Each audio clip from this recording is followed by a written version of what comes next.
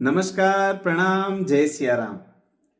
श्री राम जी की कृपा से हम और आप पुनः मानस पीयूष के माध्यम से श्री रामचरितमानस को समझने की, जानने की इस श्रृंखला में जुड़ रहे हैं। आपका बहुत बहुत स्वागत है।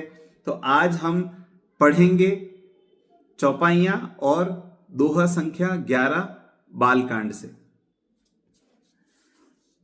मणिमानिक मुक्ता छवि जैसी, अहिगिरि गज सिर सोहन तैसी। मणि, माणिक्य और मुक्ता की छवि जैसी है, वैसी सर्प, पर्वत और हाथी के मस्तक में शोभित नहीं है। अर्थात उनसे पृथक होने पर ही इनका वास्तविक स्वरूप प्रकट होता है और ये सुशोभित होते हैं। अब इसे हम दंत कथा भी कह सकते हैं, गज के संदर्भ में, सर्प के संदर्भ में, लेकिन पर्वतों के संदर्भ में तो ये हम सभी के सामने प्रकट है कि जो भी पर्वतों से हमें जो भी माणिक्य मिलते हैं, स्टोन्स जो मिलते हैं, तो वो स्टोन जब तक पर्वत के अंदर होते हैं तब तक हमारे सामने ना उसका गुण प्रकट होता है, ना हम उसका कोई उपयोग कर सकते हैं, ना हम उसे देखकर पर्वत में छुपा हुआ जो स्टोन है, जो भी चमकता स्टोन भी है, लेकिन हम उसे देख नहीं पाते हैं, उसका गुण दर्शन नहीं कर पाते हैं। जब उसे निकाला जाता है तब उसका प्रभाव, उसका प्रकाश, उसकी चमक हमें देखने को मिलती है, तो उसकी छवि हमारे सामने आती है। नृप किरीट तरुणी तनु पाई, लहहि सकल शोभा अधिकाई। और ये सब राजा के मुकुट और नवयौवना के स्त्री के शरीर को पाकर, अर्थात आभूषण के रूप में उस पे जब पहने जाते हैं तब ये अधिक शोभायमान होते हैं। तो पर्वत के भीतर है, कोई माणिक्य है, कोई मणि है, या कोई मुक्ता है, हीरा, पन्ना, कोई मोती कुछ है, वो तब तक शोभायमान नहीं होता, तब तक वो निखर के नहीं आता, तब तक उसका उतना गुण प्रकट नहीं होता, जब तक कि वो आभूषण बन के राजा के मुकुट में ना आ जाए या कि कोई स्त्री उसे पहन ना ले।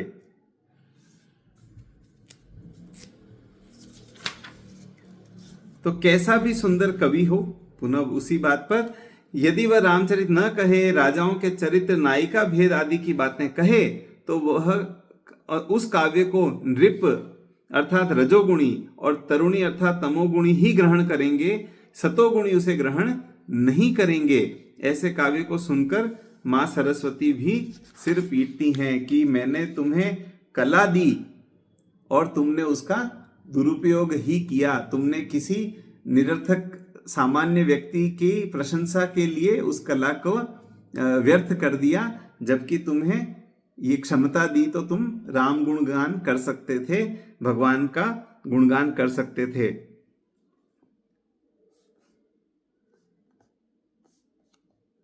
तो यहां पर ये बताया है कि मणि भी है, अभी अगर आपके पास में मणि है, हीरा है, मोती है, लेकिन जब तक उसको सही स्थान पर नहीं रखोगे, उसे सही आभूषण में उसको जड़ोगे नहीं, तब तक उसका कोई मान नहीं है। और आगे बताया है कि यदि ये जो कविता रूपी मणि है, इसको भी तुमने किसी सामान्य व्यक्ति के लिए व्यर्थ कर दिया तो वो निरर्थक ही है, उस काव्य का, उस कला का कोई अर्थ नहीं। तैसे ही सुकवि कवित बुद्ध कहहीं, उपजहि अनत अनत छवि लहहीं। उसी तरह सुंदर कवियों की कविता को बुद्धजन कहते हैं, गाते हैं। सज्जन कहते हैं कि उसी तरह सुकवि की कविता और जगह रची जाती है और दूसरी जगह शोभा को प्राप्त होती है। तो रची गई कविता, रची गई किसी स्थान पर, शोभा पाएगी कहीं और। तो जो हीरा है वो बना पहाड़ के भीतर, लेकिन वो निकाल कर फिर आभूषण लग के उसकी शोभा कहीं और बढ़ेगी, देखी जाएगी। जैसे मणि सर्प से, माणिक्य पर्वत से, मुक्ता गज से उत्पन्न होते हैं, परंतु उनकी शोभा नृप के मुकुट या युवती के तन में होती है, वैसे ही कविता की उत्पत्ति कवि से और शोभा बुद्ध समाज से, अर्थात संतों से, ज्ञानियों से, उनके समाज में जब वो पहुंचती है, जब उसे सुना जाता है, कहा जाता है, वाचन किया जाता है, तब वो कविता शोभायमान होती है। तो स्रोत कहीं और है, शोभा कहीं और उसे मिलती है। भक्ति युक्त कविता मणि है, ज्ञान विषयक कविता माणिक्य है और कर्म संबंधी कविता मुक्ता है। इस प्रकार शोभा पाने के स्थान नृप किरीट तरुणी तन क्रम से संत पंडित और बुद्धिमान हैं। तो ये बताया है कि आपको कविता रचनी है तो कविता जो आप रचोगे उसको कहाँ पे जाके, जैसे आजकल कहते हैं ना कि what is your target audience, तो ये यहाँ पे टारगेट ऑडियंस की बात कर रहे हैं कि मैंने जो कविता लिखी है वो ज्ञानियों, बुद्धिमानों, भक्तिमय लोगों के बीच में शोभा पाएगी। भगति हेतु विधि भवन बिहाई, सुमिरत सारद आवति धाई, रामचरित सर बिनु अनवाए, सो श्रम जाय न कोटि उपाय। कवि के सुमिरते ही सरस्वती भक्ति के कारण ब्रह्मलोक को छोड़कर दौड़ी आती हैं। सुमिरत सारद आवति धाई, भागे भागे आई। उनके तत्काल दौड़े आने का वह श्रम बिना रामचरित रूपी तालाब में नहलाए करोड़ों उपाय करने से भी नहीं जाता। रामचरित सर बिनु अनुवाए, सो श्रम जाय न कोटि उपाय। तो एक मेटाफोरिकल एक्सप्रेशन है अगेन कि सरस्वती माता का आवाहन किया कवि ने, तुलसीदास जी ने, तो वो भागी भागी आई। अब वो आई भागी भागी तो भागकर आने में श्रम लगा, तो वो श्रम जो है, वो थकान जो है उनकी, वो उतरेगी कैसे? तो जैसे हम थकान के बाद में स्नान कर लेते हैं तो हमारी थकान उतर जाती है, तो वो उसी प्रकार से कह रहे हैं कि या तो रामचरित के जो तालाब है उसमें स्नान हो जाए, बाकी इसके अतिरिक्त तो आप चाहे जितने भी उपाय करो वो थकान उनकी नहीं उतरेगी, वो उनका मन क्लांत ही रहेगा, तो उनको अच्छा नहीं लगेगा। लेकिन रामचरित के सर में, तालाब में जब वो स्नान कर लेंगी तो उनकी सारी थकान उतर जाएगी, अन्यथा नहीं उतरेगी। तो नहीं उतरेगी तो क्लेश होगा। तो ये एक प्रकारांतर से, एक रूपक से समझाने का प्रयास किया है कि सरस्वती माता को आपने आह्वान किया है तो आप यदि राम जी का चरित्र लेखनी से लिखेंगे तो उन्हें आनंद होगा। हरि भक्त जो कोई विद्या पढ़े नहीं होते, भजन के प्रताप से पद के पद कह डालते हैं। तो कई लोग ऐसे भी हैं, रचनाएं कर लेते हैं जिन्होंने स्वयं कोई बहुत साहित्य का अध्ययन नहीं किया होता है, कोई वेदों का, ग्रंथों का, पुराणों का अध्ययन नहीं किया होता है, फिर भी वो बहुत अच्छे रचनाएं कर लेते हैं क्योंकि उनके ऊपर भगवान का, अध्यात्म का, भक्ति का एक उनके अंदर वो प्रभाव होता है। वाल्मीकि जी के मुख से आप ही आप श्लोक प्रथम निकला था, स्वतः ही, बिना कोई पूर्व अध्ययन किए, केवल अनुभव से स्वतः उद्गार द्वारा कविता रचना, यही वाणी का दौड़ा आना है। वाणी का अर्थात सरस्वती माता का दौड़ा आना है कि वो स्वयं ही चली आई किसी के पास, आपने उन्हें अर्जित करने के लिए श्रम नहीं किया, वो स्वयं ही आ गई। तो ये बहुत बड़ा कृपा का विषय है। श्रम के दूर करने को स्नान कराना कहा। कोई दूर से थका आए तो उसके चरण धोने से उसकी थकान दूर हो जाती है, स्नान करने से थकान दूर हो जाती है। कवि कोविद अस हृदय विचारी, गावही हरि जस कलिमल हारी, कीन्हे प्राकृत जन गुण गाना, सिर धुनि गिरा लगति पछिताना। ऐसा हृदय में विचार कर कवि कोविद कली के पापों को हरने वाला हरि यश गाते हैं। गावई हरि जस कलिमल हारी। साधारण व संसारी मनुष्य का गुण गाने से वाणी अपना सिर पीट पीट कर पछताने लगती हैं कि किसके बुलाने से मैं आ गई। सिर धुनि गिरा लगति पछिताना। तो यदि हम अपने ज्ञान, अपनी बुद्धि, अपनी विद्या, अपनी कला का उपयोग किसी साधारण भौतिक मनुष्य के गुणगान में, उसे प्रसन्न करने में लगाते हैं तो सरस्वती माता जिन्होंने अपनी कृपा की, उन्हें भी क्षोभ होता है, उन्हें खेद होता है कि ये मैंने किसे दे दिया। जिसे कहते हैं ना कि लंगूर के हाथ में उस्तरा दे देना, तो अब दे तो दिया, अब उससे तो वो गड़बड़ ही करेगा।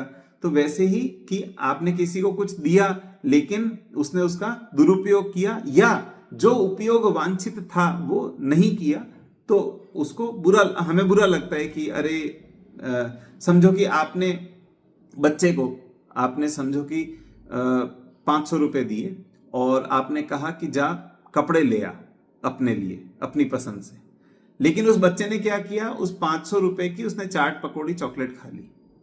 अब ऐसा नहीं है कि चाट पकौड़ी चॉकलेट खाने से उसे आनंद नहीं आया, उसे आनंद तो आया, लेकिन जो आपका प्रयोजन था उसके पीछे वो था कि कपड़े ले आए तो 2 बार 4 बार 5 बार 10 बार उस कपड़े को पहनकर, नए वस्त्र को पहनकर कहीं कोई आयोजन में जाएंगे, कहीं कुछ किसी उत्सव में जाएंगे तो अच्छा लगेगा। लेकिन उसने क्या किया कि उसने उस पैसे को उसी दिन खाने पीने में पूरा कर दिया, निपटा दिया, तो उसे उतने समय के लिए मजा आया, लेकिन जो मूल प्रयोजन था वो फेल हो गया, वो नहीं रहा, वो पूर्ण नहीं हो पाया।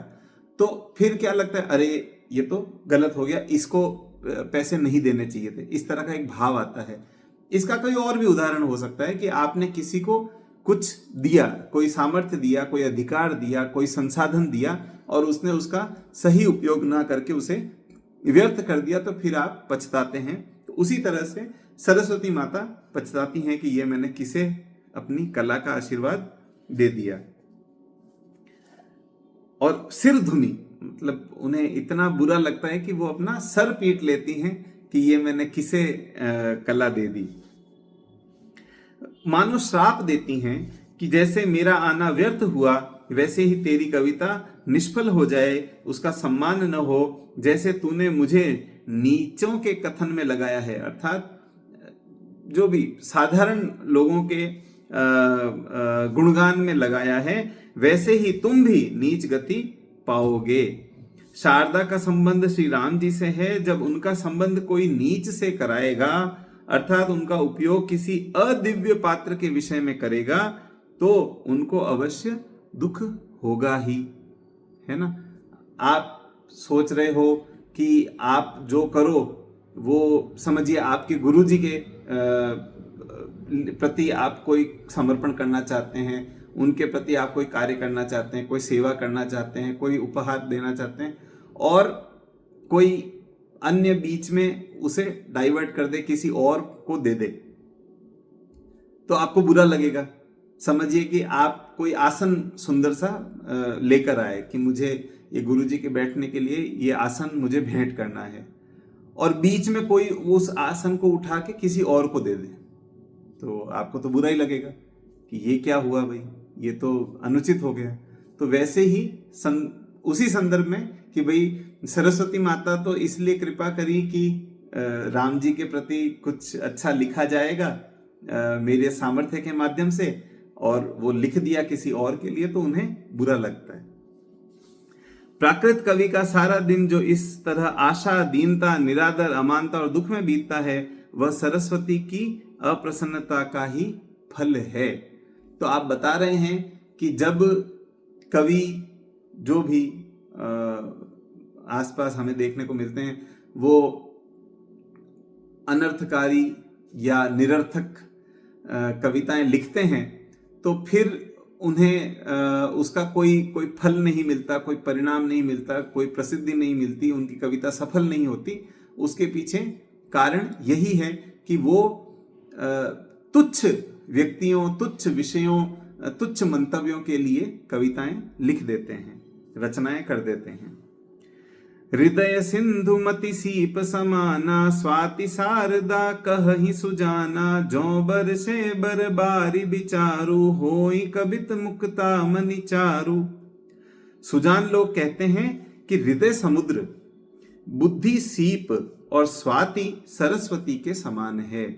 तो मोती बनने की जो प्रक्रिया है उसे देखते हैं कि हृदय सिंधु मति सीप समाना, स्वाति शारदा कहहि सुजाना। तो स्वाति की बूंद सीप में गिरेगी तब जाके वो मोती बनेगी।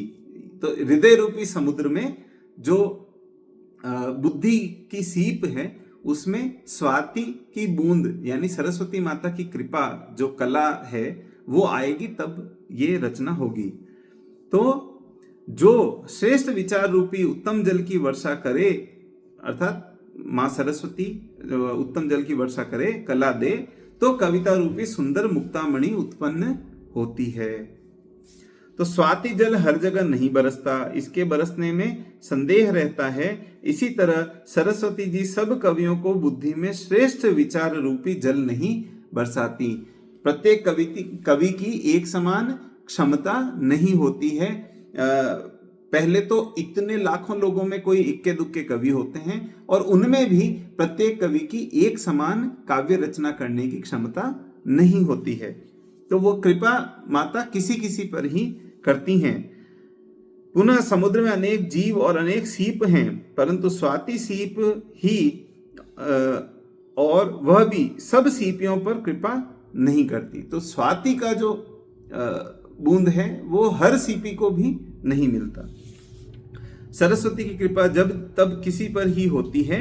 स्वाति के जल से अनेक पदार्थ उत्पन्न होते हैं, इसलिए उसे श्रेष्ठ कहा है। गंभीर हृदय वाले सुकवि की मति को सीप समान कहा है, क्योंकि इससे श्री राम यश युक्त सुंदर कविता निकलेगी। यदि कुकवि की बुद्धि में शारदा स्वाति बरसे तो वह प्राकृत मनुष्यों का गुणगान ही करता है, तो उससे वो मोती नहीं निकलेगा, उससे साधारण पदार्थ ही उत्पन्न होगा, और जो भी उत्पन्न होगा वो अंततः साधारण रहकर उसी प्रकार से समाप्त हो जाएगा। उसकी उतनी ख्याति नहीं होगी, उतने लोग उसको ग्रहण नहीं करना चाहेंगे जितने कि राम जी के यश को। जुगति बेधि पुनि पोयहि रामचरित बरताग, परिहै सज्जन बिमल उर शोभा अति अनुराग। तो उन कविता रूपी मुक्तामणियों को युक्ति से बेध कर फिर श्री रामचरित रूपी सुंदर तागे में पोहा कर जो उस माला को सज्जन अपने निर्मल हृदय में पहनते हैं, धारण करते हैं, जिससे अत्यंत अनुराग रूपी शोभा को प्राप्त होते हैं। तो मोती मिल गया तो मोती को मोती में छेद किया जाता है, फिर उसको पिरोया जाता है, उसकी माला बनाई जाती है। तो पहिरहि सज्जन बिमल उर शोभा अति अनुराग। तो जो अच्छे लोग हैं, सज्जन लोग हैं, आध्यात्मिक हैं, भक्तिमय हैं, वो ऐसी माला बना के, इन मोतियों की माला बना के राम जी के नाम के धागे में पिरो के उसे पहनते हैं, उसे ग्रहण करते हैं। इस ग्रंथ में युक्ति सरांग है, रामचरित तागा है, धागा, और एक संवाद के अंतर्गत दूसरा संवाद होना छिद्र है। तो ऐसे पूरी श्री रामचरित मानस को एक माला के रूप में आप इमेजिन कर सकते हैं। तो वो यहाँ पे एक मेटाफर फिर से दिया है, एक रूपक दिया है, एक तुलना बताई है कि ये पूरी एक माला के रूप में है। इसमें छोटे छोटे जो दोहे हैं, चौपाइयां हैं, छंद हैं, हम पढ़ रहे हैं, वो मोती हैं और राम जी के धागे में, राम जी के नाम रूपी धागे में पूरे पिरोए हुए हैं। इसमें याज्ञवल्क्य भारद्वाज संवाद है, शिव पार्वती संवाद है, गरुड़ काकभूषुंडी और गरुड़ संवाद है। तो वो भी इसके सब पार्ट्स हैं। मोती की शोभा राजाओं के यहाँ होती है और राजा के अंग की शोभा मोती से होती है, दोनों को परस्पर शोभा मिलती है। इसी तरह रामचरित युक्त कविता संत समाज में शोभित है, उसका स्थान वहां है, और संत समाज की शोभा उस कविता से है। यदि संत समाज है लेकिन वहां पे राम जी की कविता, राम जी का भजन, राम जी का ग्रंथ, राम जी की कथा नहीं है, तो वो संत समाज भी शोभा नहीं पाएगा। और ये जो भजन है, कीर्तन है, कथा है, इसके लिए वो स्थान उचित है, इसके लिए वो स्थान उचित है, उस स्थान पर इसे होना चाहिए, तभी दोनों की परस्पर शोभा होगी। रामचरित युक्त कविता के पद गाने या मनन करने से हृदय प्रफुल्लित होगा, कंठ गदगद होगा। यही अनुराग है जिससे सज्जन की शोभा होती है। मणि मोती के संबंध में जुगती से चतुराई का तात्पर्य है मोती बेधने में बहुत चतुरता चाहिए, नहीं तो मोती फूट जाएगा। तो वो इतना छोटा सा जो मोती होता है, छोटा बड़ा जिस भी आकार का, लेकिन उसमें ऐसा छेद बनाना कि धागा निकल जाए और मोती टूटे भी नहीं, ये भी एक श्रम का काम है, चतुराई का काम है। तो उसी तरह से श्री रामचरितमानस के छंदों, चौपाइयों, दोहों की रचना करना भी चतुराई का काम है। मुक्ता सरांग से बेधी जाती है, टीकाकार महात्माओं के मतानुसार यहाँ युक्ति सरांग है। कविता के संबंध में युक्ति यह है कि शब्दों को इस चतुराई से रखे कि कहने वाले का गुप्त आशय भली भांति प्रकट हो जाए और सुनने वाले के हृदय तक पहुंच जाए। तो कविता को रचना, चूंकि कविता के अपने कई नियम हैं, रसों के, छंदों के, संप्रेषण के, मात्राओं के, तो वो रचना कर पाना एक चतुराई का और श्रम का कार्य है। तो उस मोती पोने की समान, मोती की माला बनाने के समान ही कविता की रचना में भी चतुराई से काम लेना होता है।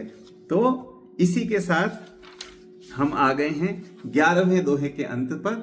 तो आप सभी से बस इतना ही निवेदन है कि श्री राम का ध्यान करते हुए निरंतर इस श्रृंखला से जुड़े रहें और गुण लेते रहें, सुनते रहें। आगे भी जिन्हें रुचि हो श्री राम जी का नाम लेने में, श्री रामचरितमानस का अध्ययन करने में, उन तक ये पहुंचाते रहें।